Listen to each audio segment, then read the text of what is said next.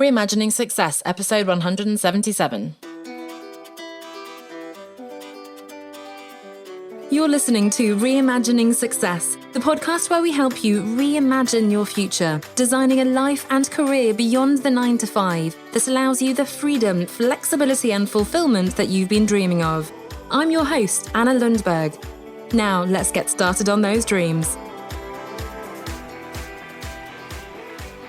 Hello, welcome back to the Reimagining Success podcast. Now, last week we looked at 3 ways in which you can monetize your expertise. So 3 ways to make money as an expert. And we talked about doing it for them, teaching them how to do it, and guiding them on how to do it.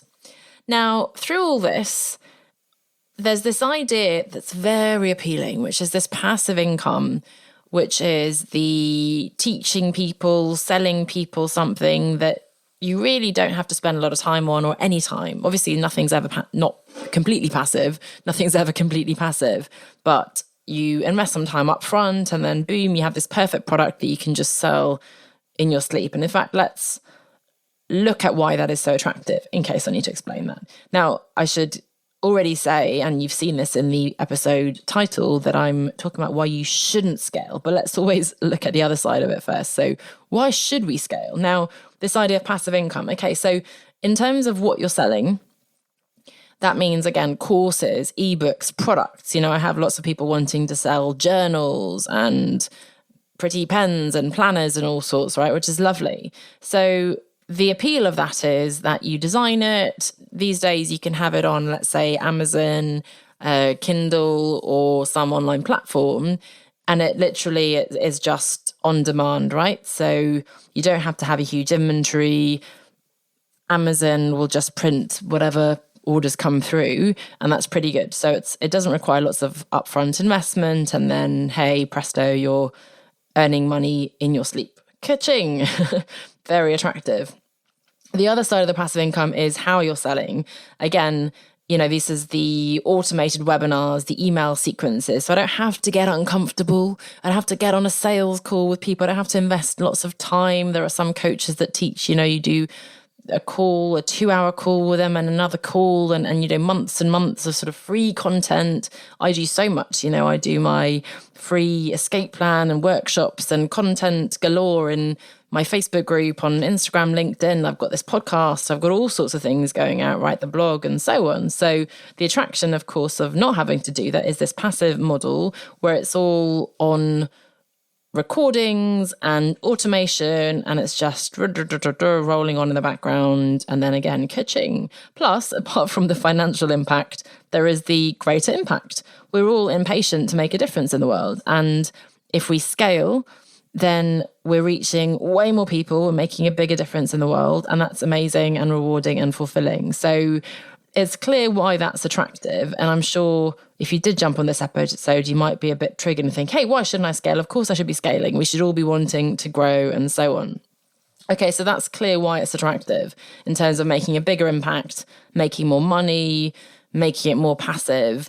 And obviously, let's say the example of coaching, if I'm anyway spending an hour with people, then if I'm spending that with 10, 20, 50 people who are all paying me, maybe not as much as one person, but nonetheless paying, that's great. I'm leveraging my time much more effectively, right? And they're getting an amazing group dynamic and so on. So there are benefits to that too.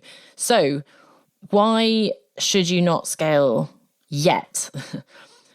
Not knowing exactly where you're on the process, but assuming that you're not years and years and thousands of clients into it, because you probably wouldn't be listening to my podcast then. Although if you are, I really appreciate that you're still seeing value, because I do believe that there are insights to be gained at any level of your business.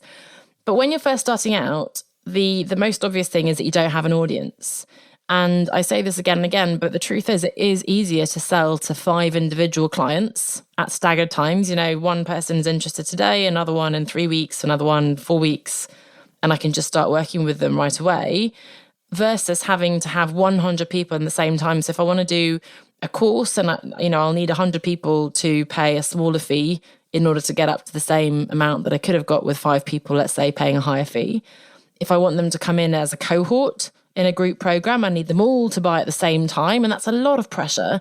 It puts a lot of pressure on you launching. It puts a lot of pressure on you getting all those people in. And that's not a great place to be coming from, that kind of desperate, I need sales, please, please, please join me right now. So that's the first thing, you don't have an audience.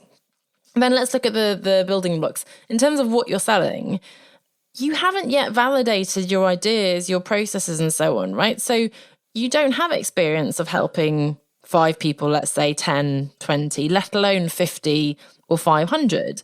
So it's all very well to be, and it's amazing that you're passionate about your process and you've got a model and you feel like this is, I've done this and I don't want to teach it now, I want to help other people. That's amazing. It's admirable. It's laudable. But you haven't yet validated those ideas. You don't yet have the proof of concept in a way that people are actually helped by this. Maybe it's worked for you. Maybe it doesn't work for other people. So that's in terms of what you're selling. In terms of how you're selling, if you're struggling right now to sell to 1 or 2, I have some people coming to me saying, look, I haven't got a single client who's paid me at least, or not a single ideal client who's paid me as much as I want. How on earth are you going to now sell to many people? There's no point in learning how to do automated webinars and email sequences if you can't sell to somebody on the call, if you can't sell to someone face-to-face, one-to-one, when you can completely listen, understand, empathize, probe, ask, guide, adapt to what they're saying, then how on earth are you ever going to automate that and sell to many? And then finally, there are complexities that come with scaling. There are, downsides to it. It sounds like, oh my gosh, of course we want to scale, but think about the customer service burden that will come from having hundreds, let alone thousands of people suddenly in your funnels and in your business and so on, right? Suddenly they're going to be asking for refunds. There's going to be tech issues. I have a handful of people in some of my programs and there's always, I can't download this, or the payment didn't go through. You're going to need someone supporting all those people. Suddenly you're going to, if you're alone, be spending a lot of your time dealing with those smaller issues, but very important issues because these are paying customers, right? So the complexities of the tech running smoothly, of dealing with accounting, admin, all those things, not to mention delivering an incredible experience. So that's just talking sort of the admin, accounting, payment side, but think of their experience within your program. You want them to have incredible content there. You want them to feel looked after and nurtured. You want them to get amazing results. Now, can you guarantee that? And I'm going to put my hand up and say, if I suddenly got 5,000 people now, I don't think I could guarantee that they would have an amazing experience. In fact, I know that I wouldn't be able to. Now, and I say that even knowing that I have years of experience, I have the validated processes, I even have the material. So maybe I'm being too tough on myself because maybe I could absolutely handle that. And I just need to very quickly outsource and get support to help take a bit of that kind of admin stuff off my plate. But I really ask yourself, are you ready to scale? Again, I think I did an episode on this a few months ago. People say, how do I get more leads? How do I get more leads? But ask yourself, can you handle more leads right now? Can you actually handle it? If you suddenly had 100 people, let alone 1,000 people, 10,000 people, maybe your website will crash when they land on there because you don't have the hosting capacity. Maybe you just don't have, and probably most likely you don't have the systems in place to deal with all those numbers. So as much as I'm all for having the strategy, thinking big, thinking ahead, designing that ecosystem for the future, and where possible, of course, automating and systematizing and documenting processes and all these things so that you're ready to scale when you are ready to scale, I'd really encourage you to enjoy being smaller, enjoy the agility of what that allows you. And then as you start small, what can you do? Well, you can test, you can validate, you can deliver the most incredible experience to the handful of people you're working with. And by the way, as an aside, I think it's really rude and disrespectful to those people who are showing up. Let's say you've got 7 people on your webinar, or 1 person, 2 people who've given you their money. It's pretty unacceptable, I think, for us as the business owner, the person who sold that service, to be like, oh, I don't have enough people, I want more, and forgetting about that person in front of us who has just shown up, trusted us and invested their money. So it's really about acting as if that one person in front of you is the only person who matters. And if you only have one person on your webinar even, then deliver the most incredible experience for that person on the webinar, right? Take the time to actually do something really individual for them. Make it so memorable and incredible for them that they leave going, oh my goodness, this is the most incredible thing. And either they will inevitably buy from you now or later, or they'll go off and be a complete ambassador evangelist for you and tell everybody they know about you because you're so incredible. You've given them such an incredible experience. So that word of mouth is so important. And then, by the way, once you have those testimonials, word of mouth validation, you can raise your prices, you can start scaling, you can create programs and so on. So again, I like to illustrate this with my own experience. When I started, I was coaching one-to-one, and I had a model from my coach training and I was using certain steps. But as I went, I would develop PDF worksheets in Canva, for example, free tool, or briefing someone on Fiverr to do that. I would, develop, okay, this is how you work out your values. I started with a few exercises like that. Then I gradually started recording audios for that, and then ultimately videos and so on, right? So as I did that, I realized, hang on a second, these people generally need to work through these steps, A, B, C, D, E. So that ultimately became my 5 pillars. I now have a beautiful graphic that represents those 5 steps. I have a PDF tool for that, an assessment, a business assessment, which is at onestepoutside.com/scorecard, onestepoutside.com/scorecard, if you want to see an example. I have that validated. I organize my programs around that. I cycle through those pillars: defining success, cultivating confidence and resilience, choosing your business model, building your personal brand, and designing flexible work-life integration. And so thanks to working one-to-one, getting those testimonials, getting the experience, validating, understanding their problems and how I could solve their problems, that allowed me to then launch my first group program, which still exists in a different format in the business incubator.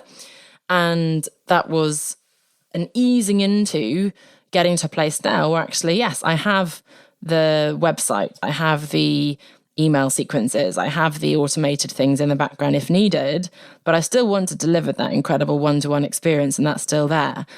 But I'm able to now, I have that really strong foundation platform to leap up, bounce off into a bigger business, into scaling. Once I know I can deliver for 2 people, 5 people, 10 people in the accelerator, let's say, then I know I'm ready for 2050. Now, the good news is I'm probably not going to get 100 people in one day. So as much as it's frustrating and I can be impatient, the good news is that we can incrementally and hopefully exponentially ultimately get more people into the programs, right? So there'll be 1 new person this month, maybe 2 the next month, maybe 1 month there's 5 suddenly, and before you know it, you've got a bigger program. So it's having a little bit of patience. It's thinking of the long term. But again, ask yourself, are you actually ready to scale? Do you know what you're delivering? Can you deliver it to more people? Can you sell it to more people? Do you want to sell it to more people? That's another important question that we haven't even touched on. And maybe I'll end with that one. In terms of your definition of success, there's a book called Company of One. And this idea as well of a lifestyle business being that actually there's a ceiling on how big you want to get. There's a maximum income you want in a way. Now, it's hard to say what that number is, but basically I want to live the lifestyle I want to lead. I want to be able to afford the things I want to afford and not be stressed about money. I want to be able to only work 3 days a week, whatever that looks like. Beyond that, if it takes me working with a different kind of client who can pay more, if it means I have to work 6 days a week, if it means I have to travel more, whatever, I can make the choice and actually know I'm putting a cap there, and I'm going to obviously not rest on my laurels because you still have to keep learning and growing and evolving, but I'm not going to keep pushing, scaling just because we're told we're supposed to be scaling and so on. So I think that's the final most important piece. Do you actually want to scale? Is that what you want? Maybe you love working with people one-to-one over that long period of time through a deep transformation. Now, it's definitely possible to combine that with scaling, but inevitably there are compromises. You'll be relying on a team and associates and things, delivering things that you're not going to deliver yourself. If that's something you want to do, if you're an incredible people manager and you want to be more behind the scenes and so on, by all means. But for a lot of us, certainly at the beginning at least, we're the foremost expert. We talked about that expert business last week. We are the sort of forefront, the personal brand, the face of the business as well. And I'd really encourage you to focus more on the quality of what you're delivering, how you're delivering, learning as you go, of course, being curious, learning from the inevitable mistakes, understanding how you can really deliver the most incredible experience, how you can sell what's working, and then how can you ultimately start scaling that. But again, I encourage you to think about, okay, are you ready? Is it something you want to do? And if not, what can you do in the meantime to set yourself up so that in future you can if you want to, but not rushing to scale before you've even got a proven business model, before you've got those clients who love you, before you've even got the proof in the pudding, as it were, that you even know what you're doing, really. So I don't want to undermine your expertise, because I'm sure you know what you're doing, but probably, arguably, you're doing something different now than you were doing in your full-time role, in which case there is a steep learning curve. So enjoy it. That's what you've signed up for, the challenge, the experience, bring back curiosity, enjoy getting out of your comfort zone, learn, grow, deliver an incredible experience, and then, again, look to the future where you might be ready to scale. So I hope that resonates. Looking forward to your thoughts on that one, and I'll see you back here next week. Bye for now. If you'd like to create your own transition story and escape the 9-to-5 to work for yourself, then come and join us over in the Business Incubator. This is a comprehensive online program and community designed to give you the roadmap that you need to help you figure out what you really want to do, come up with a workable plan, and take the right steps to achieve it. Read more and join us over on onestepoutside.com/9-to-5. That's onestepoutside.com/9-to-5.